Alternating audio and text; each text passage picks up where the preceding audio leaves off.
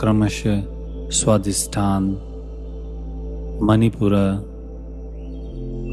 अनाहत, विशुद्धि और आज्ञा चक्र तक बहती है। यह क्रिया योग की मौन लहर है जिसे केवल अनुभव किया जा सकता है। So Vishal, can you really activate your natural healing system and manage lifestyle diseases just through natural methods and diet?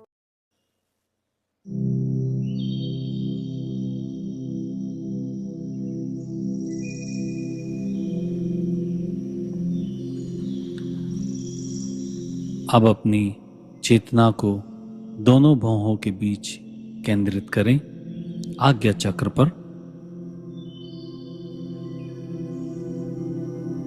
वहां एक नीला प्रकाश या कंपन महसूस करें।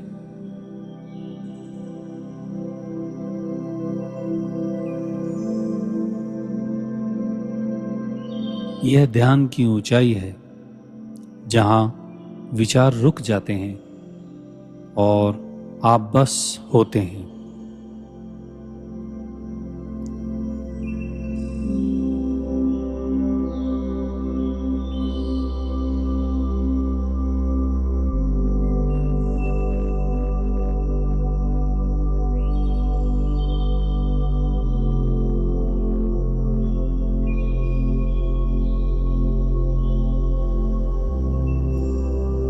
ऊर्जा अब सहस्त्रसार की ओर बढ़ रही है। सिर के ऊपर जहां दिव्यता खिलती है, यह क्रिया योग की चरम अवस्था है जहां आप स्वयं से जुड़ते हैं, शून्यता से जुड़ते हैं, पूर्णता से जुड़ते हैं।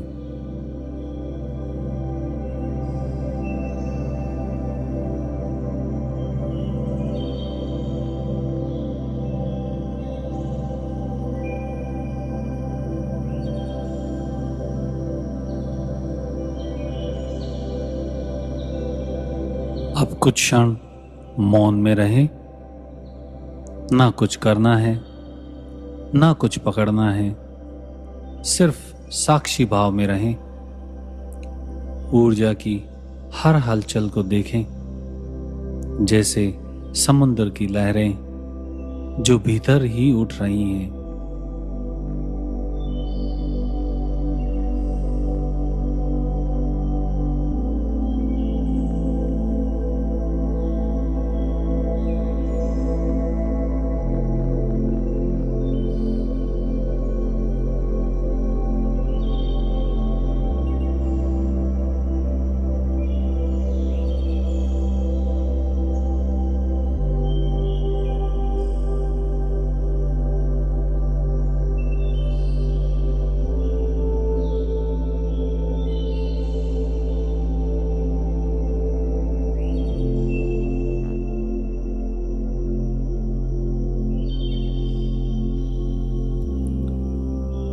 अब हर श्वास के साथ आप और अधिक गहराई में उतरते जा रहे हैं, जैसे भीतर कोई द्वार खुल रहा हो, जहां शांति ही शांति शेष है, जहां क्रिया और ध्यान एक हो गए हैं।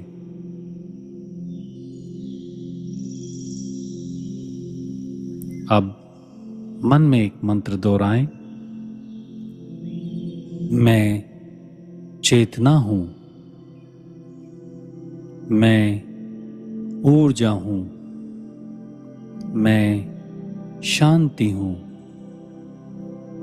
मैं चेतना हूं, मैं ऊर्जा हूं, मैं शांति हूं। यह मंत्र क्रिया योग की ऊर्जा को स्थिर करता है और चेतना को जागरूक रखता है।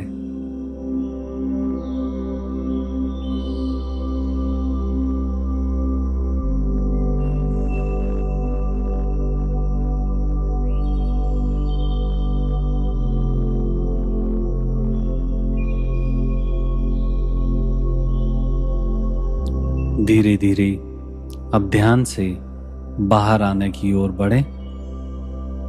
शरीर को दोबारा महसूस करें।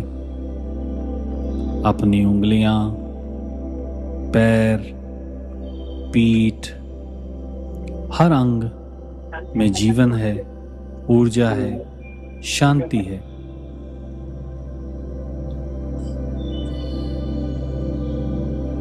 दोनों हथेलियां आपस में रगड़ें।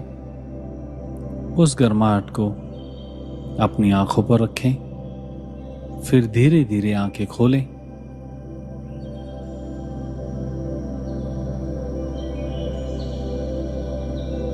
आपका यह क्रिया योग ध्यान अब पूर्ण हुआ, लेकिन इसका असर आपके भीतर गूंजता रहेगा। शांति, स्थिरता और ऊर्जा अब आपके साथ हैं।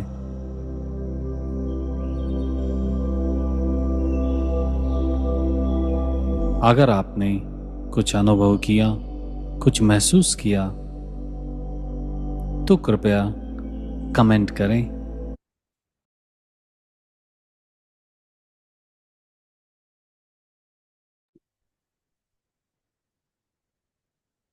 Good evening, everyone.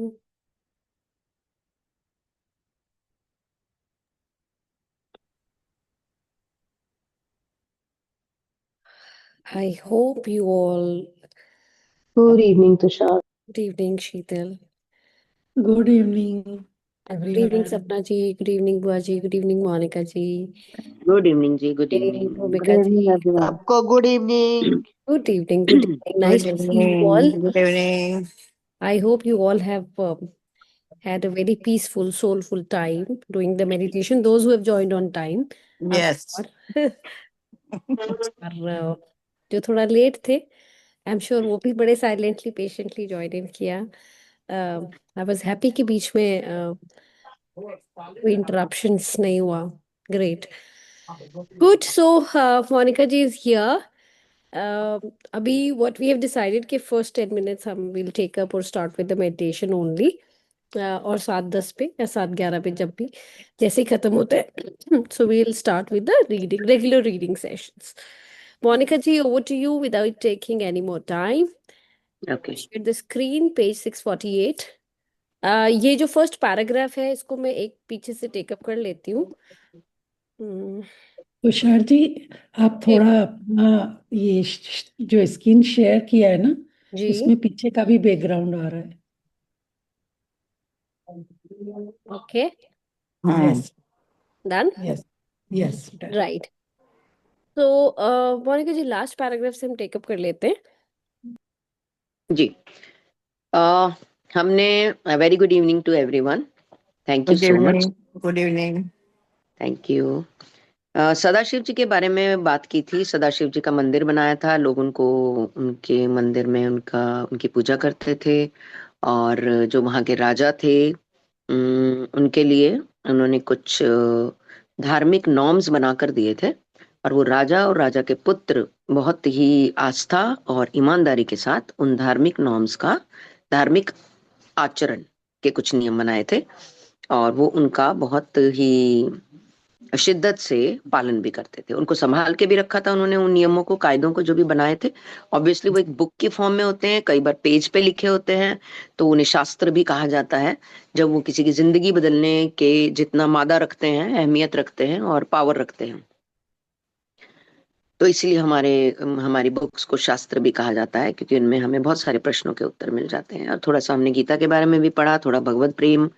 कुछ संसारी लोग भगवत प्रेम में मस्त होकर और मतलब प्रभु के उसमें मस्त होकर वो नाचते थे। तो जब उनको संसारिक लोग देखते थे तो वो अजीब अजीब से मुंह बनाते थे। जैसे हम कभी कभी किसी कीर्तन में जाते हैं ना, तो हम वहां पे देखते हैं कि कोई लेडी जो बहुत मगन हो जाती है या बहुत अच्छे से मतलब इन हो जाती है उस सिचुएशन के अंदर, तो कई बार वो खड़े उठती है और वो अपनी मस्ती में नाच रही होती है। उसको नहीं पता होता कहाँ जा रहा है, क्या जा रहा है, क्या दिशा जा रही। कई बार तो इतना मस्त होकर नाच रहे थे, उसको ये भी नहीं पता चलता मेरा दुपट्टा कहाँ जा रहा है। हमने बहुत बार देखा है ऐसा। तो वो वाला जो मगनता होती है वो ईश्वरीय प्रकाश से ही आती है। ऐसी मगनता जब आती है तो इंसान बिल्कुल अलग ही मोड में चला जाता है, वो दुनियाई संसारी चीजों से थोड़ा सा साइड में हो जाता है, थोड़ा नहीं काफी साइड में हो जाता है। तो जो संसारी लोग हैं, जो हौ हौ करने वाले लोग हैं, और ये कैसे वो ये देखो बेवकूफ हो गया रोड के ऊपर, तो वो लोग ऐसे बात करते हैं। तो उनके लिए भी, उनको भी ऐसे कुछ कुछ कहा जाता था कि किसी ने शिकायत की कि महाराज सदाशिव ना पागल से ज्यादा कुछ नहीं है। जैसे अभी हमने पिछली से पिछली क्लास में पढ़ा था, ऐसे ही एक व्यक्ति के बारे में, एक संत के बारे में, जिन्हें सिकंदर ने बुलाया था, जिसका जिक्र हमने किया था, रिवाइज भी किया था। तो उसने बोला कि जा मैं नहीं आता, जो उसका बाप है मेरे पास उससे बड़ा बाप है, काइंड ऑफ उन्होंने स्टेटमेंट दी थी अपनी। तो ऐसे ही सदाशिव जी भी थे, प्रभु के ध्यान में मग्न, मौजी। और उनके जीवन में ऐसी बहुत सारी घटनाएं घटनाएं हुई जिससे लगा कि प्रभु का हस्तक्षेप हुआ है उनकी जिंदगी। जैसे हम सब भी हैं, हम सब भी हैं, तो आ, हमारी जिंदगी में भी हस्तक्षेप होते हैं, हमारी में भी होते हैं। हमारी में छोटे छोटे हस्तक्षेप होते हैं, छोटे छोटे, माइन्यूट माइन्यूट। और अगर हम उन हस्तक्षेप को कनेक्ट करते हैं कि ये जरूर ईश्वर की कृपा से हुआ है, तो वो पावर अगली बार डबल हो जाती है, प्रभु का हस्तक्षेप बढ़ जाता है अगली बार ना। वो कहते हैं अरे इसने एक्नॉलेज किया था मुझे, ये चीज इसकी ऐसे ऐसे हुई थी तो इसने मुझे एक्नॉलेज किया था, तो अब मुझे इसका एक काम और प्लस में करना है। ऐसा होता है ना, हम जिसको एक्नॉलेज कर देते हैं तो फिर अगली बार वो कहता है कि नहीं भाई, मैं तो अब इसके लिए डबल करूंगा, ये इस बंदे ने तो मेरे को बहुत, इसने कहा तुम्हारी वजह से हुआ है, और ये कहीं भगवान को कह दिया कि तुम्हारी वजह से हुआ है। तो सोचो, सोचो वो क्या करने वाले हैं फिर। तो ऐसा ही कुछ उनके जीवन में छोटे छोटे होते थे, हमारे में भी होते हैं। एग्जाम्पल को, आपकी कोई चीज गुमती है और वो मिल जाती है, और कई बार तो 1.5 साल बाद मिलती है, कई बार 2.5 साल बाद मिलती है, कई बार 5 साल बाद मिलती है। ऐसी मासूम सी पड़ी होती है कोने में, आपको मिल जाती है। आप क्या कहते हो, हे भगवान अगर वो मेरी है ना और मेरी ईमानदारी की है तो आप मुझे जरूर दोगे, बस इतना बोल के आप, इतनी स्टेटमेंट बोल के आप खो जाते हो अपने रोजमर्रा के कामों में। फिर वो प्रभु की जिम्मेवारी हो जाती है, भाई इसकी ईमानदारी की है और इसको देनी है, और मैं इसे दे दूंगा एक दिन, ये कहीं नहीं जाएगी, कहीं नहीं जाएगी। तो दैट काइंड ऑफ बहुत सारी घटनाएं जो हम लोग के जीवन में भी होती हैं, बशर्ते हम उन्हें कनेक्ट कर पाए। समाधि अवस्था में मग्न सदाशिव एक रात एक धनी ग्रस्त के अनाज गोदाम के पास आकर, आपने नेक्स्ट पेज कर दिया? नो मोनिका जी, लास्ट लास्ट। हाँ हाँ, ठीक है ठीक है ठीक है, फाइन। सदाशिव के जीवन में भगवान के हस्तक्षेप की बहुत सारी विलक्षण घटनाएं थी, और इस संसार में बहुत सा अन्याय होता है, परंतु भगवत भक्त ईश्वर के न्याय के असंख्य प्रसंगों के, मतलब अन्याय होता है, पर जो भगवत भक्त है, जो ईश्वर का भक्त है, जो ईश्वर से जुड़ा हुआ है, जो ये कहता है कि जो भी हो रहा है ईश्वर की मर्जी से हो रहा है, मेरे कण कण में, मेरे रोम रोम में, मेरे घट घट में उस प्रभु का हस्तक्षेप है, जो भी हो रहा है वो उसकी मर्जी से हो रहा है। जैसे हमने पिछली क्लास में जिक्र किया था कि जब एक व्यक्ति को एक राजा मार रहा था और बोल रहा था कि बोल मेरा नाम, मैं भगवान हूं, तो उसने भगवान की तरफ हाथ उठा के बोला कि अच्छा अब तुम इस रूप में आओगे, तो तुम्हें क्या लग रहा है मैं तुम्हें पहचानूंगा नहीं? यानी कि उस राजा में, दुश्मन राजा नहीं कहेंगे, उस राजा में भी वो ईश्वर के ही दर्शन कर रहा था। तो उसने जो उठते हुए हाथ थे वो भी कलम करा दिए, उस दुष्ट राजा ने उठते हुए हाथ भी कलम करा दिए कि अच्छा उसके ऊपर उठ रहे हैं। तो वो और जोर जोर से ठहाके मारने लगा। मतलब राजा इतना परेशान हो गया कि एक व्यक्ति इतना स्ट्रांगली एक पावर के साथ कैसे कनेक्ट हो सकता है, कैसे कनेक्ट, इतना अत्याचार करने के बाद भी ही वाज सेइंग कि अच्छा इस रूप में आओगे, तुम्हें क्या लगता है मैं तुम्हें पहचानूंगा नहीं? तो ऐसी बहुत सारी घटनाएं हमारे उसमें हैं, असंख्य प्रसंगों के वो साक्षी दे सकते हैं कि अगर ये हुआ है तो देखो ये सब भी तो हो रहा है। समाधि अवस्था में मग्न सदाशिव एक रात एक धनी गृहस्थ के अनाज गोदाम के पास आकर रुक गए, समाधि अवस्था में जी।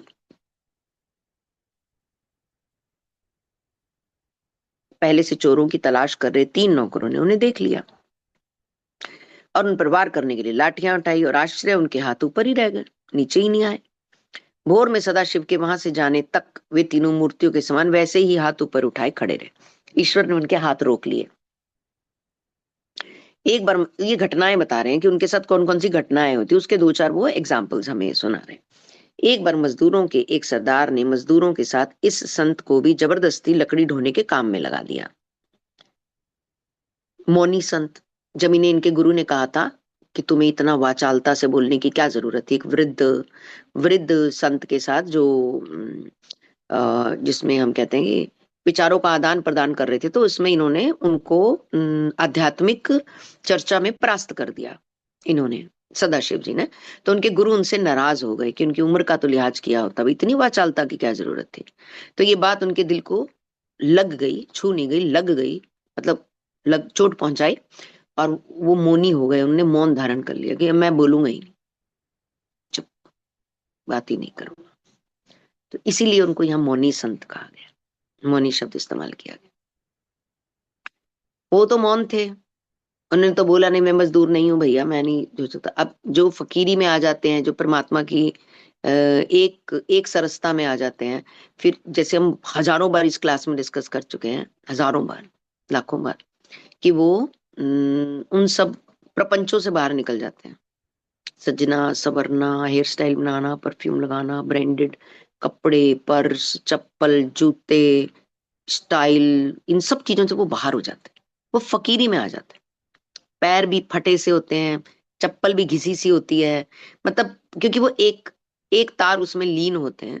तो ऐसी ही उनकी भी परिस्थिति रही होगी डेफिनेटली। तो किसी ने उनको मजदूरों के साथ काम पे लगा, विनम्रता पूर्वक, वो भी बोझ, बोले कुछ नहीं, मौनी थे, बोलते थे नहीं, विनम्रता पूर्ण, चलो ठीक है, किस लिए, ये भी प्रभु का आदेश होगा, ये भी मेरी कोई कार्मिक होगी, मुझे इसका बोझ उठाना होगा, मैं उठा रहा हूं।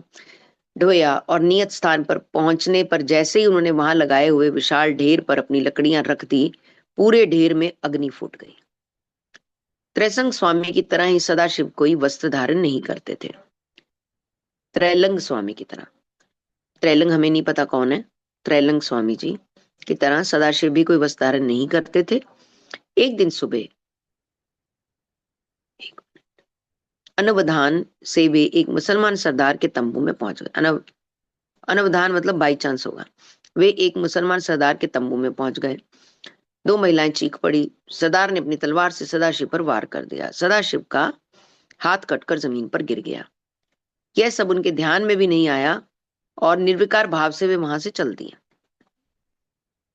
आश्चर्य मिश्रित भय और पश्चाताप से दग्ध हुए मुसलमान सरदार ने जमीन पर पड़ा हाथ उठाया और सदाशिव के पीछे चल पड़ा। आश्चर्य मिश्रित भी था, डर भी था, पश्चाताप भी था, भी मुझे एकदम इतना उग्र होने की क्या जरूरत थी कि हाथ ही काट दिया उनका। सदाशिव के पीछे चल पड़ा। सदाशिव ने वह हाथ लेकर उसे रक्त स्राव होते ठूंठ में घुसा दिया। मुसलमान सरदार ने विनम्र होकर जब आध्यात्मिक उपदेश की याचना की, तो सदाशिव ने अपनी उंगली से रेत पर लिखा, जो करने की इच्छा हो वह मत करो, तब तुम जो चाहोगे वह कर सकोगे। मोनिका जी एक्सप्लेन करोगे इस लाइन को? हाँ, मैं खुद ही पहले खुद डूब लूं इसमें। ठीक है, फिर हम डुबकियां मारेंगे, तब तक बड़ी, होता है बड़ी भारी भरकम लाइन है ये। जो करने की इच्छा हो वह मत करो, तब तुम चाहोगे जो चाहोगे। कहने का मतलब यही होगा कि जैसे रिएक्ट मत करो, रिस्पॉन्ड करो। अगर तुम 2 मिनट रुकते, मेरी तरफ देखते, मुझे देखते, शायद अब भी तो तुम पीछे पीछे आए, तुम्हें पश्चाताप भी हो रहा है, तो शायद तुम्हें समझ आ जाती। एकदम तुरंत देखते ही वार कर दिया, बिना सोचे बिना समझे। परिस्थिति ऐसी होगी, नो डाउट, नो डाउट परिस्थिति ऐसी होगी, बट रिएक्शन नहीं होना चाहिए, यही है। वह मत करो। फिर जो भी तुम चाहोगे, जब तुम रिस्पॉन्ड करना शुरू करोगे, जब हम रिस्पॉन्ड करते हैं तो हमारी बॉडी स्टेबल होती है, हम ठहरते हैं, 2 पल को रुकते हैं, विचार करते हैं, पहला डिसाइड करते हैं, चुप रहते हैं। बहुत जरूरत पड़ रही है कि नहीं, कोई एक लाइन बोली जा सकती है, कोई एक लाइन, वो भी संयमित होकर, चिल्लाकर, चीख कर, टूट कर, भड़ास निकाल कर नहीं। अगर बोलने की जरूरत पड़ भी रही है तो संयमित होकर। ये क्योंकि जब हम रिस्पॉन्ड करते हैं ना, तो अगर मैं चिल्लाकर बोला तो इसका रिpercussion क्या आने वाला है, ये देखने का एक मापदंड, एक ब्रिज मुझे मिल जाता है।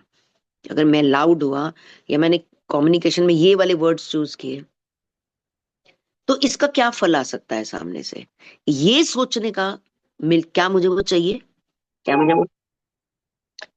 मुझे वो शोर शराबा चाहिए, क्या मुझे वो झगड़ा चाहिए, क्या मुझे वो नुकसान चाहिए, क्या ये लेबर भाग गई तो क्या होगा, अगर ये पर्सन रूठ गया तो क्या होगा। रिस्पॉन्ड में ब्रिज एक लैप बन जाता है, आप देख सकते हो सामने। रिएक्शन में सारे शटर बंद, दिमाग के सारे शटर क्लोज, जो रिएक्ट कर रहा होता है उसके भी और जिस पर कर रहा होता है उसके भी बंद हो जाते हैं, जब तक वो कोई सुनने वाला कोई संत या योगी ना हो। अगर संत योगी है तो वो मंद मंद मंद मंद मुस्कुरा रहा होता है, कोई दिल टके भर का फर्क नहीं पड़ रहा होता उसको, क्योंकि वो पहले से ही डिटैच हो चुका होता, डिटैच हुआ होता है। हम सब मोह में, ममता में, माया में, माँ माँ माँ, मोह ममता माया, M3 में, M3 की प्रॉपर्टीज भी आती है, उसमें भी फंसे हुए हैं लोग, M3 है, उसमें फंस जाते हैं। और यही तीनों चीजें उग्र करती हैं। अगर कोई वास्तविक प्रेम में होता है ना, वास्तविक आनंद में होता है, तो वो इन तीनों पे बड़े अच्छे से काबू कर लेता है। प्रेम शब्द इंसानों के लिए नहीं बना हुआ है, ये हम पहले भी डिस्कस कर चुके हैं। प्रेम शब्द सिर्फ ईश्वर के लिए है, इंसानों के लिए नहीं। इतना सस्ता शब्द नहीं है कि इसको इंसान के लिए यूज किया जाए। I love you, I love you, I I can't live without you, ऐसे कह देते हैं ना। लव जैसा शब्द, और जैसे ही पत्नी या पति वो संसाधन देने से मना करें जिसके पीछे आई लव यू हो रहा है, तो तुरंत समझ में आ जाएगी भाई कहानी यहाँ ज्यादा लंबी चलने वाली नहीं है। तो वो लव है ही नहीं, वो जरूरत है, अट्रैक्शन है, वो मोह है, वो प्रेम नहीं है। ठीक है, हम सब प्रोफेशनल हैं, वो प्रेम नहीं है। तो ऐसे ही रिस्पॉन्ड करना है। इस संत के प्रभाव से मुसलमान मन की शुद्ध अवस्था में पहुंच गया था। संत के प्रभाव से, संतों के अंदर वो ऑरा होता है, संतों के अंदर वो जादू होता है, उनके अंदर एनर्जीज इतनी क्लिंज होती हैं कि जो उनके साथ भी बैठता है, जो उनके साथ भी बैठता है वो भी प्योर हो जाता है। जैसे आप अगर जिंदगी में गुलाब नहीं बन सकते, बड़ी दुविधा है, बनना तो चाहता हूं कि गुलाब बन जाऊं, पर बन नहीं पा रहा हूं, बड़ी दुविधा है। वो दुविधा क्या है? वही मेरे जाल जो मेरे इर्द गिर्द लिपटे हुए हैं, वही जो चादरें हमने लपेट रखी हैं, इस जन्म की DNA की, पिछले जन्म की आदतें, हैबिट्स, जो कंडीशनिंग हो चुकी है, चाहकर भी नहीं उतर पा रही। अगर मैं गुलाब नहीं बन सकता तो कम से कम गुलाबों के साथ रहना शुरू कर दो। बड़ा गहरा भाव है इस लाइन में, बड़ा गहरा भाव। अगर मेरे में इतनी ताकत नहीं है कि मैं खुद बदल सकूं, तो ऐसे लोगों के साथ रहने लगूं जिन्होंने अपने ऊपर काम किया हुआ है। गुलाबों के साथ रहने लगेंगे, गुलाब ना बने कम से कम महकने तो लगेंगे, कम से कम महकने तो लगेंगे। हाथ में 2 मिनट गुलाब का फूल पकड़ के छोड़ो ना, क्या खुशबू आती है हाथ में से। मैं गुलाब तो नहीं होता, पर क्योंकि मेरे संग गुलाब था इसलिए मैं महकने लगा। बहुत जादुई होता है ये सब। प्रभाव से उसका मन भी शुद्ध अवस्था में पहुंच गया, मुसलमान का मन भी शुद्ध हो गया बिल्कुल उनके उनके औरे से। इस परस्पर विरोधी प्रतीत होते उपदेश के सही अर्थ को, इस परस्पर विरोधी प्रतीत होते, अब विरोधी तो है, एक व्यक्ति कैसे इच्छा के अनुसार नहीं करे और कैसे, मतलब कैसे विरोधी है। एक कॉमन मैन को बोलोगे तो बोलेगा अच्छा येड़ा दिख रहा हूं क्या, यहाँ कुछ लिखा हुआ है क्या, पागल हूं क्या, भैया तुम करो ये सब, हमारे बस की ना है, हम तो अपनी भली जैसे हैं वैसे बढ़िया है, अब ऐसे ही जिएंगे। कोई हमें कुछ कहेगा तो हम छोड़ेंगे नहीं, अपने आप बोलेंगे नहीं, पर किसी ने अगर छेड़ दिया तो फिर हम उसे छोड़ेंगे नहीं। ये 80% लोगों की स्टेटमेंट होती है। 80% लोग खुद पहल नहीं करेंगे, पर किसी ने कुछ कह दिया तो फिर भैया हमसे बुरा कोई नहीं है। हर कॉमन आदमी की यही स्टेटमेंट। वो कहता है भाई विरोधी प्रतीत होते हुए भी जो तुमने स्टेटमेंट दी है, ये परस्पर विरोधी प्रतीत होते हुए उपदेश के सही अर्थ को उसने समझ लिया। उनको, मुसलमान को समझ आ गई कि अहंकार पर विजय के द्वारा ही ले दे के ईगो तश्तरी में सजी हुई आ ही जाती, कल किसी ने कहा 1 करोड़ रुपए की शादी करी मैंने बेटे की। ये ईगो ही है, ये ईगो ही है, इसके अलावा कुछ नहीं है। और इसी अहंकार को जिमाने के लिए, जीमने के लिए, सजाने के लिए, बचाने के लिए, दिखाने के लिए इतनी बड़ी बड़ी लड़ाइयां हुई, इतनी बड़ी बड़ी लड़ाई। महाभारत के युद्ध हो गए और रावण को कितनों ने समझाया छोड़ दे इसको, सीता को। अहंकार एक बार ले आया, अब तो युद्ध ही होगा। अहंकार, सारे कलमश अहंकार के ही हैं, सारे कलमश। और कलयुग के सर पे बैठ के नाच रहा है ये अहंकार। किसी ने आपको कुछ कह दिया तो आपका अहंकार होता है जो जवाब देता है। अगर आपके अंदर अहंकार नहीं है तो आप चुपचाप वहां से निकल जाओगे, क्या कह के, ये मेरी टाइप नहीं है, this is not my type. अगर हम वही करने लगे जो सामने वाले ने किया है तो उसमें और हम में कोई फर्क नहीं है। हम वही हैं जो सामने वाला है। और वैसे हम क्या कह रहे हैं, सामने वाला गलत है, सामने वाला गलत है। सामने वो गलत नहीं है, जितना वो गलत है उतने तुम भी गलत हो, क्योंकि जो उसने किया तुमने डबल किया। तो फिर आप कहते हो उसने पहले किया, चाहे किसी ने भी पहले किया। एक करेले में कड़वाहट होती है, बड़ा ईमानदार होता है, कड़वाहट ही देता है हमेशा, कभी मिठास देता है। चीनी में मिठास होती है, बड़ी ईमानदारी से हमेशा मिठास देती है, वो देती है जो वो है। अगर करेला उससे झगड़ा करता है तो चीनी कड़वी नहीं हो जाती, चीनी चीनी रहती है, करेला करेला रहता है। और इंसान, मैं पहले कुछ नहीं बोलूंगा, बट अगर सामने वाले ने बोल दिया तो मैं छोड़ूंगा नहीं, मैं वो बन जाऊंगा, फिर मिरर इमेज में आ जाऊंगा मैं। तो आप काहे के इंसान, और आप काहे के आध्यात्मिक, और आप काहे के ज्ञानी। आप अभी भी, हम नॉट आप, हम अभी भी कलमश में नीचे ही पड़े हुए हैं, धरातल पे ही पड़े हुए हैं, और इतनी ही औकात में पड़े हुए हैं। अगर हम अपने अंदर परिवर्तन नहीं ला पा रहे, लाने में हम कहते हैं ना, हम असमर्थ हैं। मेरे से ऐसी उम्मीद मत करना, तो ये असमर्थता का ही घोतक है ये लाइन, मेरे से ऐसी उम्मीद मत कर। बड़े पेन में जी रहे होते हैं वो लोग, बड़े दर्द होते हैं उनके, बड़ी रस्सियों से बंधे होते हैं वो। जैसे जहाज का लंगर होता है ना, लंगर, जहाज का लंगर, करोड़ों का जहाज है, 1 इंच भी आगे नहीं बढ़ पा रहा, क्योंकि अपनी ही व्यथाओं का लंगर जमीन में डाल के गाड़ के बैठा हुआ है। आगे चलना चाह रहा है पर चल नहीं पा रहा, क्योंकि अपने ही विचारों के लंगर में जकड़ा हुआ है। तो ये बहुत बहुत ही गहरी सी चीज है। और अहंकार को जिसने जीत लिया, उसने जग नहीं जीत लिया, उसने स्वयं को जीत लिया। अभी हम ये किताब पढ़ रहे हैं ना, इस किताब को पढ़ने के बाद कोई भी जग जीतने की बात नहीं करेगा कि मुझे जग जीतना है, मुझे दुनिया को जीतना है, मुझे दुनिया को दिखाना है, मुझे ये करना है। नो, मुझे जो करना है वो अपने लिए करना है, सिर्फ अपने लिए। सेल्फिश हो जाओ सिर्फ अपने लिए, बाकी सब ड्यूटी, सब ड्यूटी, डिटैच होकर ड्यूटी। नॉट कि पिघलते ही चले जाओ, खत्म ही होते चले जाओ, ना अपनी हेल्थ का ध्यान रखो, ना अपना ध्यान रखो, ना अपने शरीर के लिए कुछ करो, ना अपनी ब्रेथ वर्क के लिए कुछ करो, कुछ मत करो। बस लगे रहो, इसके मोह, उसका मोह, इसका आकर्षण, उसका आकर्षण, बस यही सब करते रहो, करो सब कुछ ड्यूटी। बट आपको, आप एक टुकड़ा हो जिसे ईश्वर ने दुनिया में भेजा, एक टुकड़ा, एक मशीन।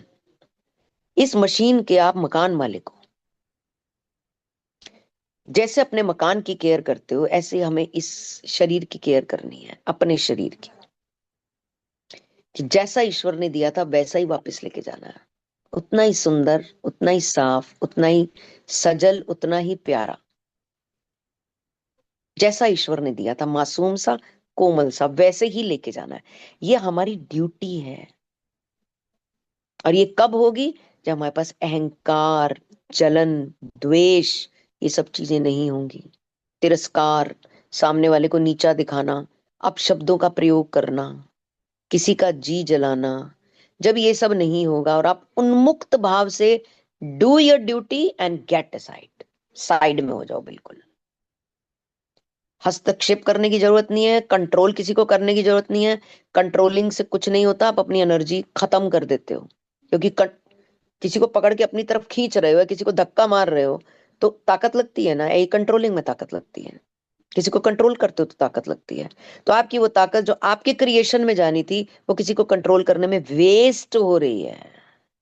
क्योंकि इससे आपको कुछ हासिल, कंट्रोलिंग करने से हासिल क्या हो रहा है? अहंकार। और अहंकार क्या दे रहा है? जूता। जो अहंकारी व्यक्ति है, उसको जूते ही पड़ते हैं और कुछ नहीं होता उसकी जिंदगी में। उसको वहम होता है कि पता नहीं क्या हो रहा है, पर उसकी जिंदगी में कुछ नहीं होता। वो इतनी ज्यादा परेशानी में रहता है।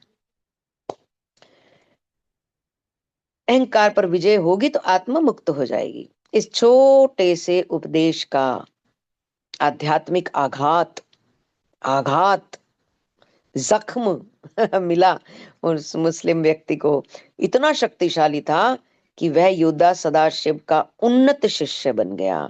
अपने पुराने रास्तों पर कभी नहीं लौटा। बहुत सुंदर। श्री सदाशिव के समक्ष गांव के बच्चों, ये उनके किस्से सुनाए जा रहे हैं। ये जो हम पढ़ रहे हैं ना, ये वो सदाशिव जिनका मंदिर बना के लोग उनको पूज रहे थे उस एरिया में, जो हमने शायद मैसूर था, मेरे को एरिया शहर मेरे को याद नहीं आ रहा। तो उस एरिया में उनको पूजा जाता है बिकॉज वो इन अ ह्यूमन बर्थ उनके साथ जो जो इंसिडेंट हुए, जो जो घटनाएं हुई, ये पिछले 2 पेज में हम वही घटनाएं पढ़ रहे हैं। तो अब हम नेक्स्ट पेज पे भी उन्हीं घटनाओं का जिक्र हम कर रहे हैं। जैसे वो मजदूर की तरह काम करा है तो उसमें आग लग गई, हाथ कटा तो वो जुड़ गया। ये सारे किस्से जो वो सुना रहे हैं। अब मेरे ख्याल चौथा किस्सा है। श्री सदाशिव के समक्ष गांव के बच्चों ने एक बार 150 मील दूर मदुरा का मेला देखने की इच्छा व्यक्त की। गांव के बच्चों ने एक बार 150 मील दूर। योगी ने बच्चों को इशारा किया कि वे उनके शरीर का स्पर्श करें। बच्चों के स्पर्श करते ही तत्क्षण सबके सब मदुरे पहुंच गए। वहां हजारों तीर्थयात्रियों के बीच बच्चे खुशी से घूमते रहे।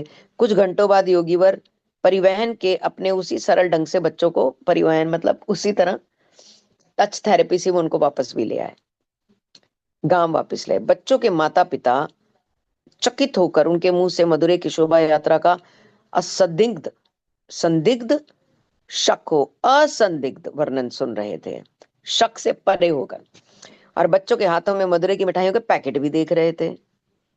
भाई ये क्या चल रहा है, ऐसे कैसे पहुंच गए ये? मतलब ये सच है कि क्या है? बच्चे किससे सुना रहे हैं वहां के?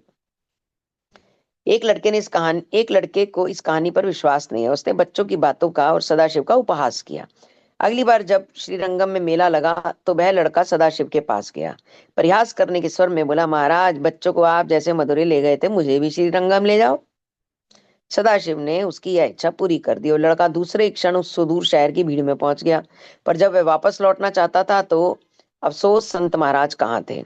आखिर पद यात्रा के साधारण माध्यम का अवलंब कर उस लड़के को थक हार कर घर पहुंचना पड़ा। चलो स्वामी जी ने खूब मजे लिए उसको वहां ले तो गए, पर उसके बाद गायब हो गए वो। तो बच्चा पद यात्रा करता हुआ पैदल ही थक कर अपने घर पहुंचा। संत भी मजे लेते हैं कभी कभी। दक्षिण भारत से निकलने से पहले श्री राइट और मैं श्री रमन महर्षि से मिलने के लिए तिरुवन्नामलई के पास पावन अरुणाचल पर्वत की तीर्थ यात्रा करने गए।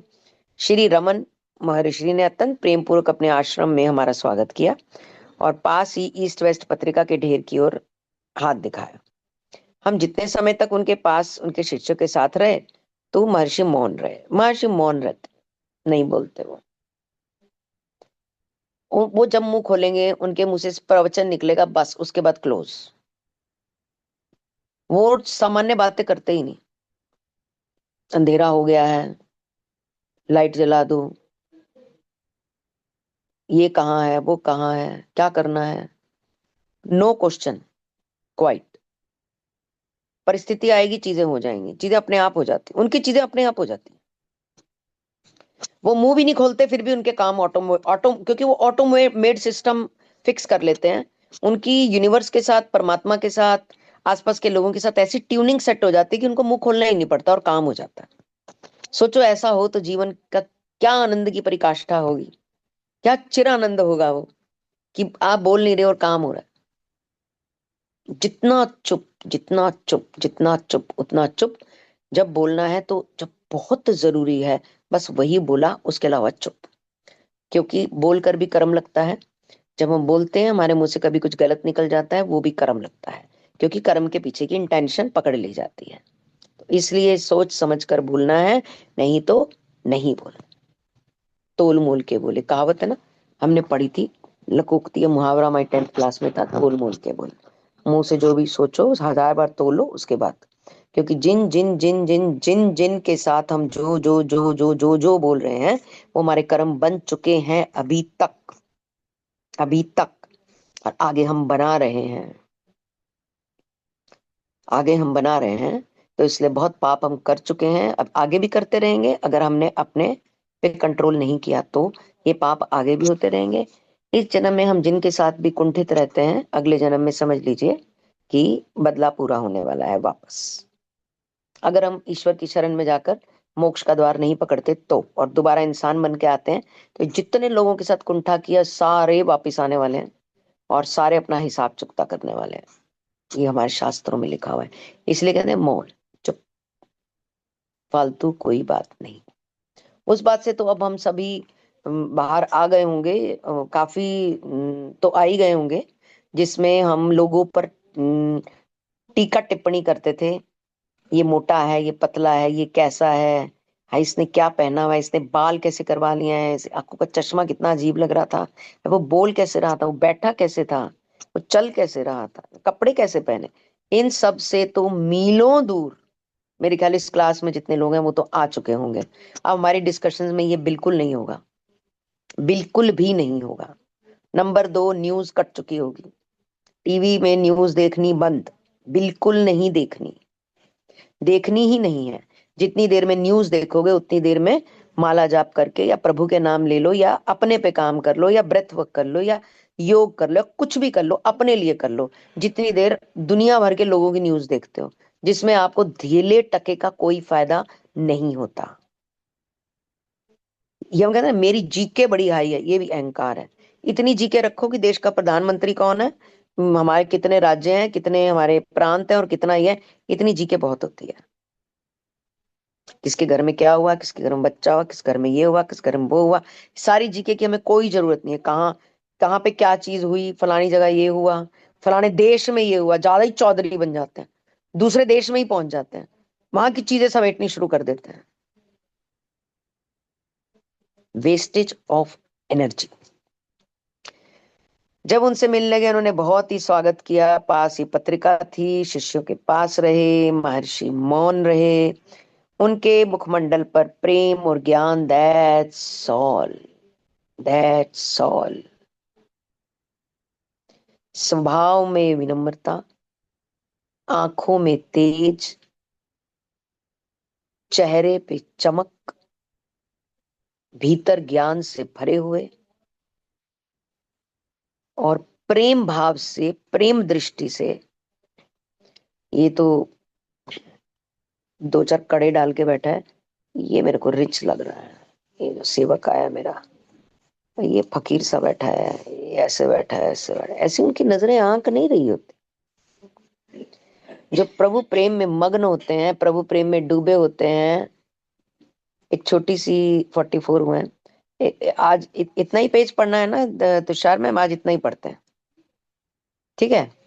एक छोटी सी घटना सुनाते हैं, इस पेज को पूरा कर लेते हैं। ईश्वरीय प्रेम और ज्ञान का तेज था, दुखी मानव को अपनी पूर्णता की विस्तृत अवस्था को पुनः प्राप्त करने के लिए श्री रमन का यह उपदेश है कि उसे निरंतर अपने आप से, दुखी मानव को अपनी पूर्णता की विस्तृत अवस्था, पूर्णता जब वो कंप्लीट हो जाए, not like Raymond a complete man, वो कंप्लीट नहीं है।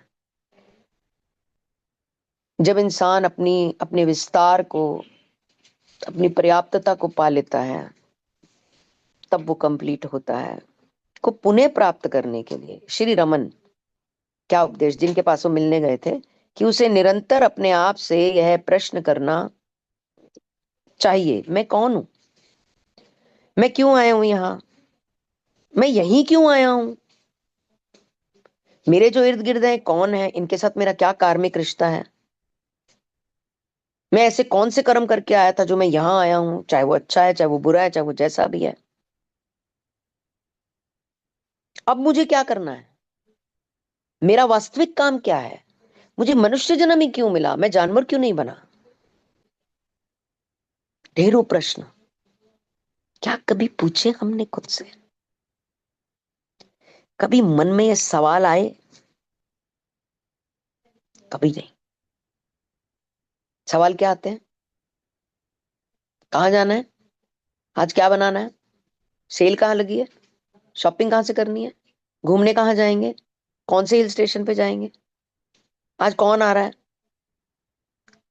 क्या चीज बाहर से आएगी, क्या चीज घर में बनेगी, बस इसमें। बच्चे कौन सी क्लास में है, शादी कर दी आपने बच्चों की, अच्छा अभी तक नहीं करी, ओह लेट हो गया। सवालों पे सवाल सारी दुनिया के लिए, अपने लिए मैं कौन हूं, कोई क्वेश्चन नहीं, कोई सवाल नहीं अपने लिए, मैं कौन हूं, पूछेंगे तो उत्तर मिलेगा, मैं कौन हूं, मैं कौन हूं। शीशे का इस्तेमाल सजने के लिए किया, पर शीशे से कभी सवाल नहीं पूछा उसमें खुद को देखकर कि मैं कौन हूं। सचमुच बहुत बड़ा प्रश्न है। अन्य सब विचारों को दृढ़ता पूर्वक दूर धकेल देने से साधक शीघ्र ही अन्य सवालों को, अन्य विचारों को, अन्य प्रश्नों को, अन्य उत्तरों को भी अपने से दूर धकेल दो, बिल्कुल दूर। ऐसे किया तो उसको कैसा लगेगा, ऐसे किया तो हमें कैसा लगेगा, हमें तो अच्छा नहीं लगा, क्यों बहन जी आपको कैसा लगा, ये है हमारे सवाल। बहुत बढ़िया घर बना है, इंटीरियर देखो, करोड़ों लगा दिए होंगे, मेंटेन कैसे करते हैं, कितना बड़ा गार्डन था, ये सवाल है। अगले ने घर बना लिया 1,000 गज में, तकलीफ हो रही है कि भैया मेंटेन कैसे करते होंगे, वो तो खुश है, बंदा परेशान है। इन सब से जब दूर दूर दूर दूर दूर, कोई सवाल नहीं, कोई सवाल नहीं, क्योंकि इन सवालों के जवाब से हमारी जिंदगी आगे नहीं बढ़ रही है, नहीं बढ़ रही है, बल्कि 10 कदम पीछे जाती है। जब आप किसी से ये सवाल करते हो, आपकी बहू का बच्चा हो गया, भाई तुमने धनिया लेना है, फालतू के सवाल बंद। जब हमने मौन ही कह दिया तो फिर सवाल तो खत्म ही हो गए ना, हमने कह दिया मौन ही रहना है सारा दिन, तो सवाल तो खत्म हो गए। बोल बोल के पूछ पूछ के, बोल बोल के पूछ पूछ के सारा दिन बोलते रहते हैं, तब वो अपने सच्चे स्वरूप की गहराइयों में उतरेगा, जब वो सारे प्रश्नों और विचारों को दूर धकेल देगा, जिससे उनकी जिंदगी में कोई फर्क नहीं पड़ने वाला, कोई भी फर्क नहीं पड़ने। बहन जी आपकी मेड नहीं आई, आप झाड़ू मार रहे थे, आप जा रहे हो उनके घर में मारने के लिए, नहीं ना, फिर स्वाद क्यों ले रहे हो, चुप रहो, नमस्ते करो और घर आ जाओ बस। ना तो आपने उनके बर्तन धोने, ना झाड़ू मारना, स्वाद लेके उन्हें और तड़फा के तुम वहां से आगे चल दिए है, मेडा तो बुरा ही हाल है, ये सबकी ऐसी होती है नाक बनाए और वहां से चले गए, ये आता है हमें करना, इसमें तो माहिर हैं हम। और दूसरे विचारों से मन भ्रमित होना बंद हो जाता है जब मैं ऐसे प्रश्न ही नहीं करेंगे, उत्तरों की जरूरत क्या है हमें, जब प्रश्न ही नहीं किया हमने। भारत के इस ज्ञानी महर्षि ने लिखा है, द्वैत को और तृत्व को कोई सहारा चाहिए, बिना सहारे के वे उत्पन्न नहीं हो सकते, उन उस सहारे का ज्ञान प्राप्त करने से वे ढीले पड़कर नष्ट हो जाते हैं, यही सत्य है, जो इसे जान जाता है वह फिर कभी नहीं लड़खड़ाता। द्वैत को और तृत्व को कोई सहारा, कोई ना कोई सहारा ढूंढता है, बिना सहारे के वो उत्पन्न नहीं हो जाते। मैं वॉशरूम तक जा रही हूँ, मेरे साथ चलेगी, बचपन से सिखाते हैं, इतना गुस्सा आता है ना, दुकान तक जा रहे हैं, पर बड़ा फैशन था दुकान तक जाने का। दुकान तक जा रहे हैं, मेरे साथ चलेगी? ये भाई को ले जा साथ, ये बहन को ले जा साथ, इस चाचू के साथ चली जा, इसके साथ चली जा, उसके साथ अकेले ना जा। डर, खौफ, भय ऐसे बुन दिया जाता है ना शरीरों के अंदर, दिमागों के अंदर, छुटपन से बो दिया जाता है। आदमी को लगता है पता नहीं सारी दुनिया, पता नहीं सारी दुनिया बड़ी गंदी है। आदमी को ऐसे लगने लगता है। ऐसे बताया ही नहीं जाता कि दुनिया बड़ी सुंदर है, लोग बड़े अच्छे हैं। जब हम ये सब सिखाते हैं तो हम यही अट्रैक्ट करते हैं, मैं बच्चे भी यही अट्रैक्ट करते हैं। खाना खा ले भूत आ जाएगा, पेड़ में चुड़ैलें रहती हैं, बाहर पुलिस वाला खड़ा है, यही सिखाया जाता है। ऐसे कह के मुंह में रोटियां ठूसते थे बच्चों में। शेर आ जाएगा, भालू आ जाएगा, बाबा आ जाएगा, काइंड ऑफ। स्वतंत्र बनाओ, सहारों की, बेकार के सहारों की कोई जरूरत नहीं है, ईश्वर के सहारे रहो। और उस सहारे का ज्ञान प्राप्त करने से वे ढीले पड़कर नष्ट हो जाते हैं, यही सत्य है। जैसे उनको वो सहारा समझ में आता है तो वो जान जाते हैं और वो फिर कभी नहीं लड़खड़ाते।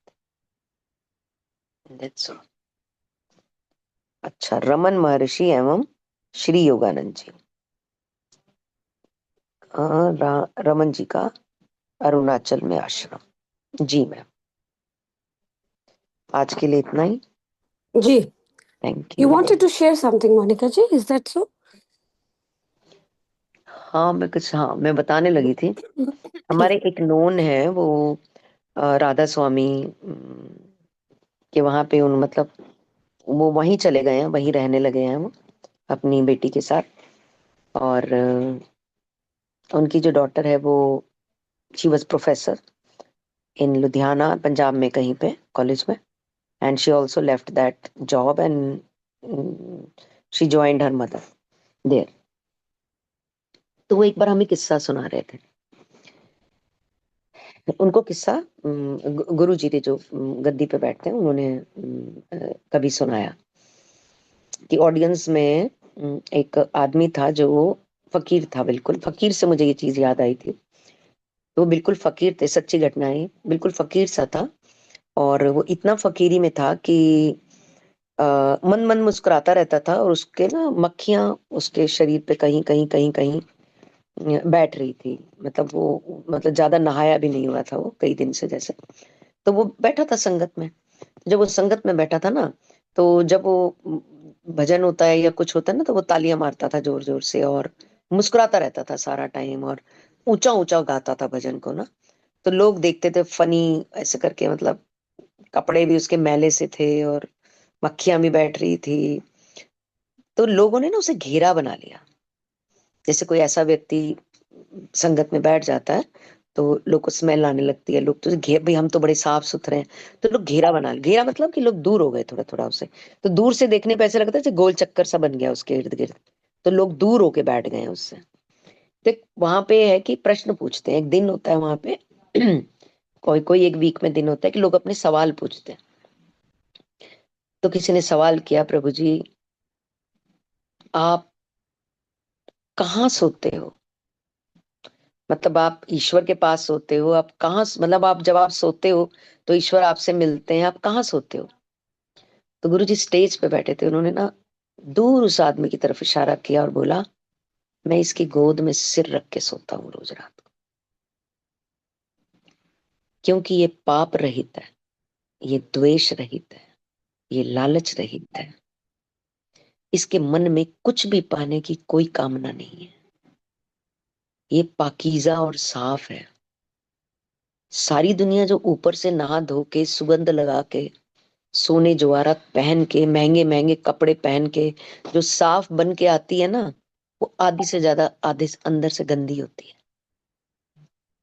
ये जो तुम्हें बाहर से गंदा दिख रहा है ना, ये अंदर से बिल्कुल पाकीज़ा है।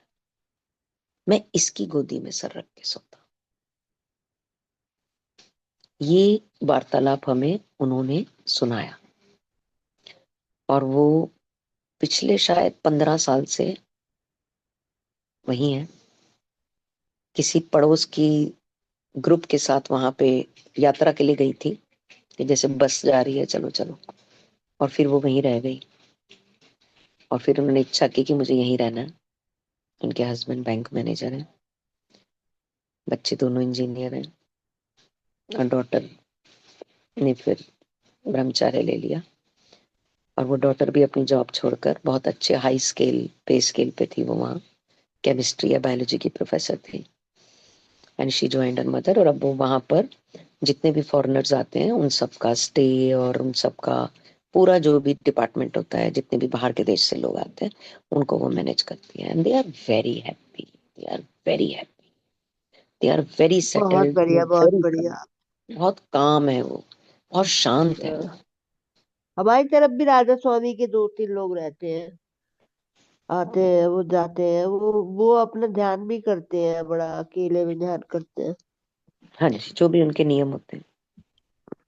हम्म। चलिए, थैंक यू। बहुत ये बढ़िया बात सही है कि हमारा ऊपरी का दिखावा के लोग जो होते हैं वो उतने पाक नहीं होते हैं। जी, पेंसिल बहुत बढ़िया। पेंसिल की तरह ना रोज छीलना है अपने आप को। शार्पनर है ना, शार्पनर से जब पेंसिल छिलती है तो सिक्का बीच में से निकल के आता है, वो हम है। हम्म, एक्चुअली में वो हम है। और जो ये पेंसिल जितनी मोटी होती है ना, इतनी परतें हम पे चढ़ी हुई हैं। लिखने बैठेंगे ना तो 100 सब लिख लेंगे कि मेरे ऊपर कौन कौन सी परत चढ़ी हुई है। तो उसको 1 2 3 4 5 करके लिखते हैं। आज लिख के देखना, देखना क्या क्या निकल के आता है कि हमारे ऊपर क्या क्या चढ़ा हुआ है। जब हम वो सब खत्म कर देंगे ना, तो जो बीच में सिक्का रह जाएगा वो हम है, वो हमारी ओरिजिनल फॉर्म ब्यूटीफुल। है जी। थैंक बहुत यू। बढ़िया मोनिका जी, बहुत ही बढ़िया। Thank you so much. Thank you Bhumika ji. Sapna ji, yes, you have your hand raise, please go ahead. Thank you so much, बहुत ही अमेजिंग था। 2-3 बहुत अच्छा आपने। एक तो वो पॉइंट मुझे बहुत अच्छा लगा कि अहंकार पर अगर विजय करनी है, नहीं, अगर अहंकार पर विजय हो जाएगी तो आत्मा मुक्त हो जाएगी। ये पॉइंट अमेजिंग था। हमारे में और एनिमल्स और बर्ड्स में यही फर्क है कि इंसानों में अहंकार होता है। बर्ड्स देखो, सुबह को मॉर्निंग को भी निकलते हैं, उनके पास पता नहीं होता है कि आगे खाना मिलेगा कि नहीं, कहीं आश्रय मिलेगा कि नहीं, लेकिन वो फिर भी प्रभु की रजा में कितना खुश होकर और जाते हैं। तो एक ये ईगो ही है जो इंसान को नीचे भी गिराता है। तो अगर उस पे विजय कर लेते हैं तो वो उसे हम्बल बनाकर और कहाँ से कहाँ सफलता में भी, चाहे प्रभु के आगे भी पहुंचाता है। बहुत बढ़िया। और जैसा कि मोनिका जी, आप राधा स्वामी की बात कर रहे हैं, तो आपको पता ही है कि सुनैना की मम्मी, मैं, वो हमारे गुरु जी हैं, हम उनको ही फॉलो करते हैं। और बहुत से ऐसे रियल स्टोरी है, पर हम ज़्यादा शेयर दूसरे सेक्शन में नहीं करते हैं क्योंकि हर किसी का अपना अपना वो होता है। तो एक बार मैंने आपको वो स्टोरी भी बताई थी कि कनाडा से जो एक लेडी आई थी 2 बेटियों के साथ, आपको याद है? कि वो सेवा करते करते स्लिप हो गई थी, बर्तन धोने की सेवा में, अमृतसर में वो थी। याद है आपको मोनिका जी? नहीं, यहीं पे ही मैंने बताई थी। तुषार जी, आपको भी याद होगी। आप एक बार दोबारा बता दें इन शॉर्ट, बिकॉज हाँ, आई एम तो नॉट एबल टू एक, रिकॉल। जैसे अभी फॉरेनर की बात हुई ना, तो फॉरेनर आते रहते हैं तो हमको हॉस्टल अप्लाई करते हैं। हॉस्टल एनआरआई वालों के अलग होते हैं। तो नॉर्मल संगत तो खुली सेवा होती है तो वो कर लेते हैं, लेकिन एनआरआई वालों के लिए कुछ रजिस्ट्रेशन कराना पड़ता है। तो उसकी 2 बेटियां एक अपनी मम्मी के साथ आई थी फर्स्ट टाइम। उनको कुछ नहीं पता था कि इंडिया में किस तरह का माहौल होता है, क्या होता है। सीधे वो डेरे आई थी, और डेरे में वो चाहती थी कि आफ्टर सत्संग सेवा करें। तो उनका नाम रजिस्टर भी हो गया था। तो उनकी मम्मी को और उस दोनों बहनों को जो स्नैक्स बार होता है ना, वहाँ पे बाद में बर्तन धोने की सेवा मिली थी। तो वो बहुत खुशी खुशी 2 दिन से कर रही थी।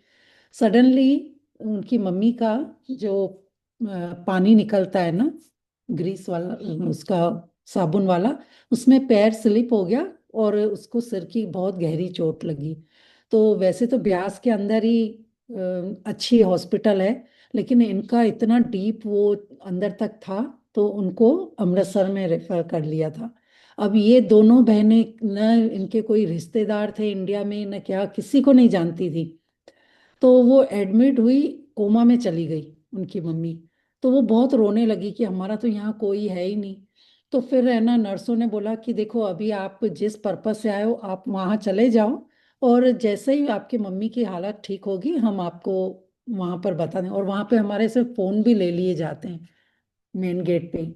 तो ये बहुत ही है ना, मतलब वहां पर वापस आई, सेवा करने लगी, लेकिन वो हमेशा बाबा जी को बोलती कि आप हमारी मम्मी का ध्यान रखना, भाई हम तो वहां नहीं जा सकते, हमारे यहाँ कोई नहीं है। उन्होंने पूरा बाबा जी को सरेंडर कर दिया था। सडनली उनको कॉल आता है कि आपकी मम्मी अब पहले से ठीक हो गई है और आप उन्हें देखने आ सकते हैं। तो जब वो हॉस्पिटल में पहुंची तो उन्होंने देखा कि उनकी मम्मी तो बहुत अच्छे से, मतलब रिकवरी हो गई है, पहचान भी रही है और बहुत खुश हो रही थी। तो नर्स ने पूछा कि सडनली ऐसे कैसे ये वो हो गया, इनको तो बहुत मतलब वो हो गया था और आप लोगों ने बोला था कि कुछ कह नहीं सकते कि कोमा से बाहर आएंगे। तो उन नर्स ने बोला कि हाँ, कोई एक दाढ़ी वाले सफेद वो थे, और वो है ना इनके पास रोज आते थे, इनकी है ना माथे पर हाथ घुमाते थे, टेक केयर करते थे। और धीरे धीरे आपकी मम्मी के इसमें हेल्थ में इतना अमेजिंग मैजिक हो गया इस तरह से। तो वो दोनों बहनें सरप्राइज हुई, बोला कि हमारा तो यहाँ पे कोई है ही नहीं, हमने तो किसी को बताया ही नहीं कि हम यहाँ हैं, हम ना कि यहाँ पे इंडिया में किसी के ये जानते हैं। तो बोले नहीं, ऐसे कैसे हो सकता है, वो तो रोज आते थे हमसे, सब पूछते थे दवाइयाँ ये वो। तो उनको फिर कुछ, अब उनकी मम्मी ठीक हो गई, यही बहुत बड़ी बात थी। उन्होंने जैसे ही अपना वॉलेट खोला पेमेंट करने के लिए कि जो भी जितना हुआ हुआ, तो जैसे ही उसने वॉलेट खोला, उसकी बेटी के वॉलेट से वो फोटो गिरा गुरुजी का। तो नर्स बोलती कि कैसे आप झूठ बोलते हो, आप बोलते हो कि हमारा तो यहाँ कोई है ही नहीं, यही नहीं है, अभी तो कह रहे थे हम किसी को यहाँ जानते नहीं, और ये देखो फोटो तो आपकी इनके वॉलेट में पड़ी है, यही तो थे जो रोज आके और इनकी ये करती है। तो लिटरली तीनों की आंखों में आंसू आ गए। जैसे मैं बता रही हूँ ना, मेरी पूरी बॉडी शिविर हो रही है। तो ऐसे ऐसे मैजिक वाकई में होते हैं। और आज मैं दूसरी स्टोरी सुनाने वाली थी, अगर आप परमिशन दे तो, टाइम है ना? या प्लीज गो अहेड। 8-3 है। I think it must be short. हाँ, शॉर्ट में या बता। प्लीज। तो हम अभी मौजूद जो बाबा जी हैं, वो तो है ना आफ्टर शादी के बाद ही नामदान की बख्शिश देते हैं, लेकिन जो पहले वाले बाबा जी थे, हुजूर महाराज जी थे, वो है ना कुंवारी लड़कियों को भी, अनमेरिड लड़कियों को भी बख्शिश देते थे। तो एक बार क्या हुआ कि जैसे नामदान की लाइन में लगे हुए थे और सडनली अनाउंसमेंट किया, क्योंकि कुछ केसेस ऐसे हुए कि आफ्टर मैरिज उनके इन लॉज को, पंजाबियों के इसमें उनको जबरदस्ती बोला कि नॉनवेज खाना पड़ेगा और हमारे घर में पार्टी ये होती है। तो हमारे इसमें ये 5 जो नियम बताते हैं ना कि हक हलाल की कमाई खाना, नॉनवेज नहीं खाना, और पराई स्त्री या पराये पुरुष पे ये नहीं। तो उनके उसमें नॉनवेज भी चलता था, ड्रिंक भी चलता था। तो 2-3 ऐसे लेडीज ने सुसाइड किया था। तो फिर उसी समय हुजूर जी ने मना कर दिया कि मैं नामदान की बख्शिश नहीं दूंगा जब तक तुम्हारे इन लॉज से परमिशन नहीं मिले। तो वो लड़की बहुत रोने लगी हुजूर जी के आगे कि नहीं, आप मुझे नामदान की बख्शिश दो। तो हुजूर जी ने कहा कि जब तुम शादी कर लोगी ना, तुम जोड़े के साथ आओगी और मैं तुम्हें जरूर नामदान की बख्शिश दूंगा। सडनली इसकी शादी हो गई, ये बहुत खुश थी कि मेरी शादी होगी और मेरे हस्बैंड के साथ मुझे जोड़े के साथ नामदान की बख्शिश होगी। शादी के कुछ दिन बाद ही उसके हस्बैंड का एक्सीडेंट हो जाता है। उसकी डेड बॉडी पुलिस वाले लेके आते हैं। वो एकदम पत्थर सी हो गई, वो मानने को तैयार ही नहीं है कि मेरे हस्बैंड की डेथ हो गई है। वो सीधा रूम में जाके बंद हो गई और जोर जोर से चीखने लगी कि नहीं, ये तुम सब झूठ बोल रहे हो, मैं सुहागन हूँ, मेरी क्यों ऐसे मुझे बोल रहे हो कि ऐसे ऐसे। इतना जिद करने लगी, लेकिन सब लोगों ने सोचा शायद इसको अचानक सदमा लगा है, इसके लिए वो हो गई। बोला नहीं, मेरे गुरुजी ने बोला है, यानी सत्य वचन है कि मैं जोड़े के साथ आऊंगी और मुझे नामदान की बख्शिश होगी। तो लोगों ने सोचा इसकी मेंटली वो ऐसी सिचुएशन है, जबरदस्ती उसको नीचे लेकर आए कि अब अंतिम मतलब वो देख ले तो फिर हम इस डेड बॉडी को लेके जाए। वो जोर से गले लगा कर रो रही है कि तुम सब वो कर रहे हो, ये तो अभी बस ऐसे ही सोए हैं, अभी उठने वाले हैं। तो इसकी सास को पता था कि भाई उसने बता रखा था कि मेरे गुरुजी ये हैं और उन्होंने मुझे ऐसा बोला है। तो वो लड़की चाहती थी कि चलो तुम अगर बोलते भी हो ना, देखो चलो इनको लेके चलो मेरे गुरुजी के यहाँ, मैं कैसे मतलब आप लोगों को बताती हूँ कि ये जिंदा है।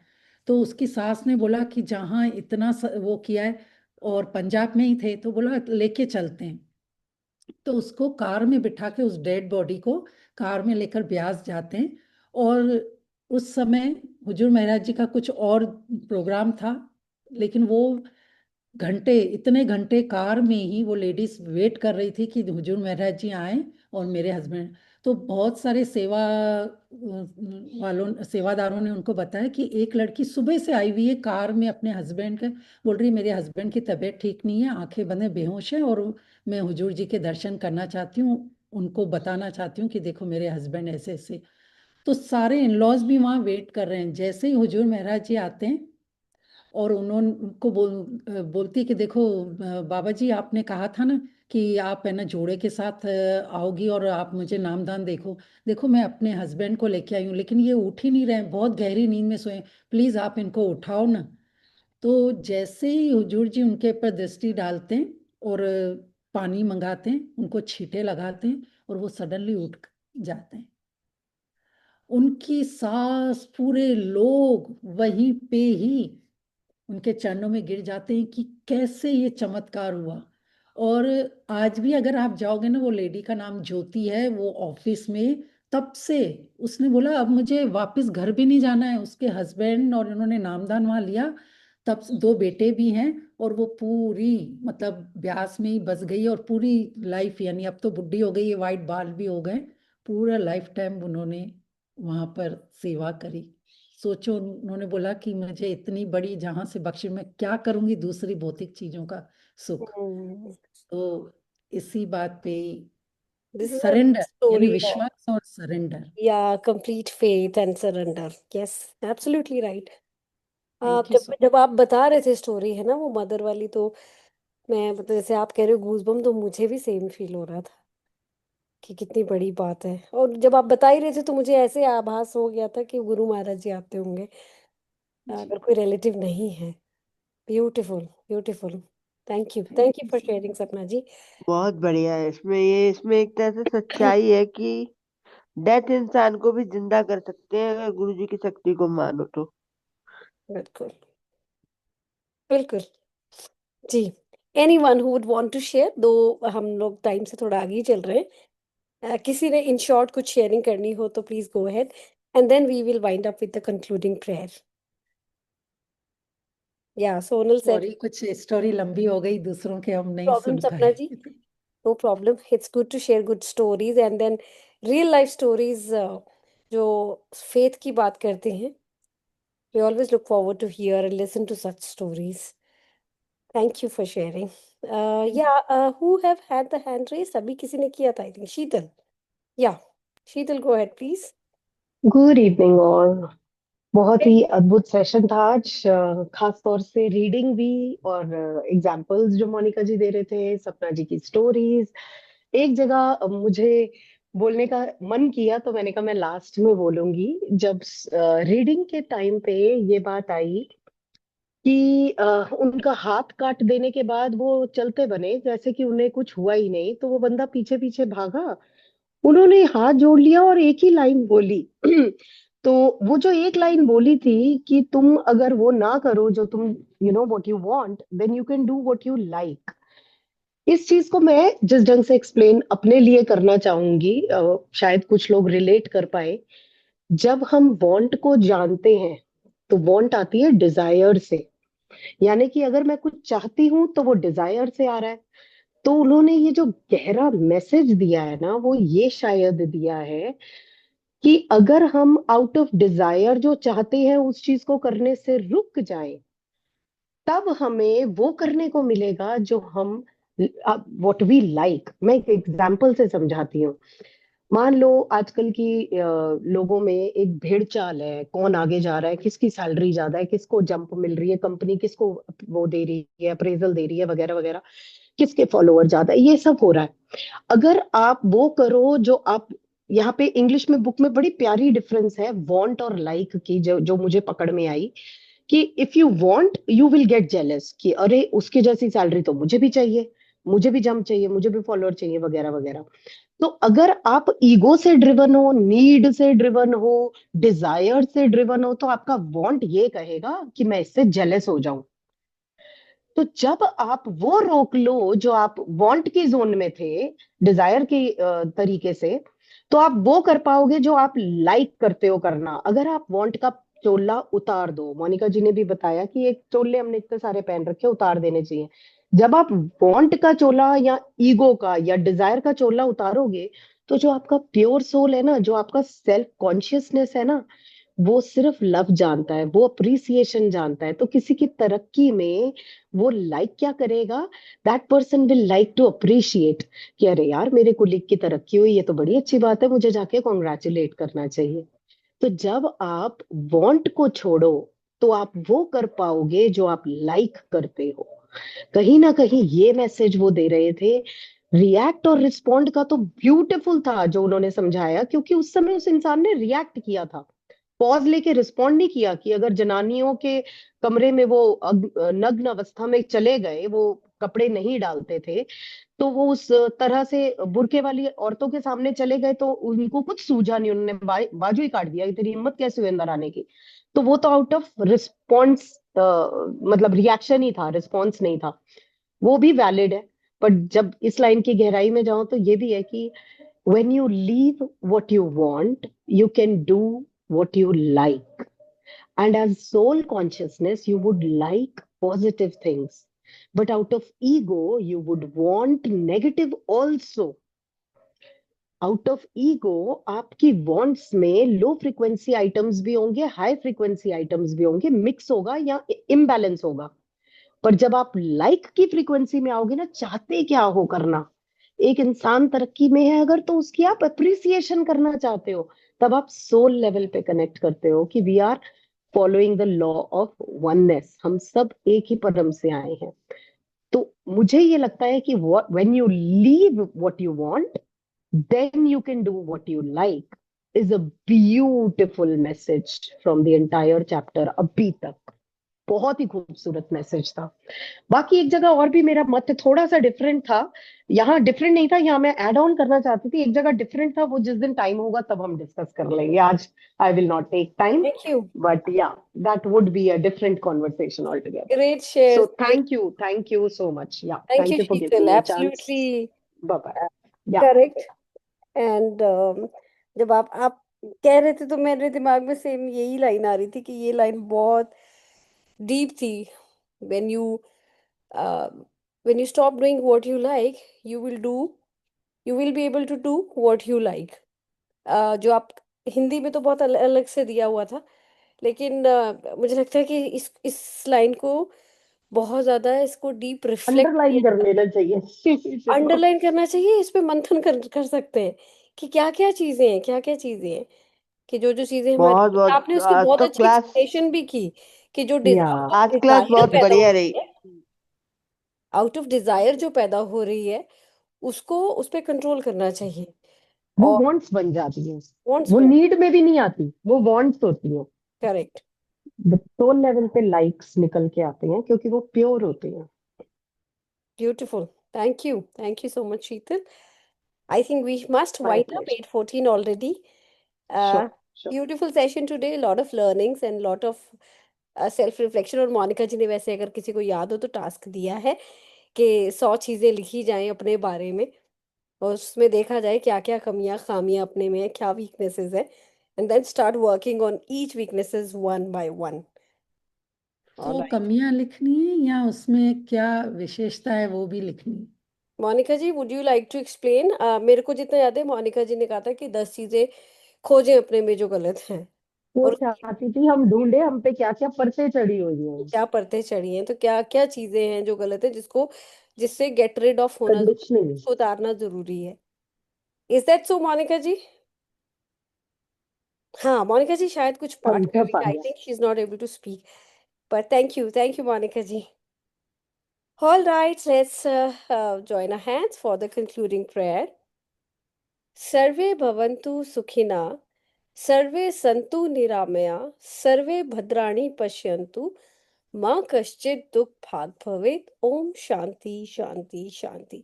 शांति. Thank you so much everyone for sharing, for joining, and just for being there with us. Good night. Shubh Ratri. Thank you, Good everyone. night. Good Shubh night. Thank you Ratri. everyone Bye-bye. once Thank you again. so much. Thank you. Thank you. Thank you.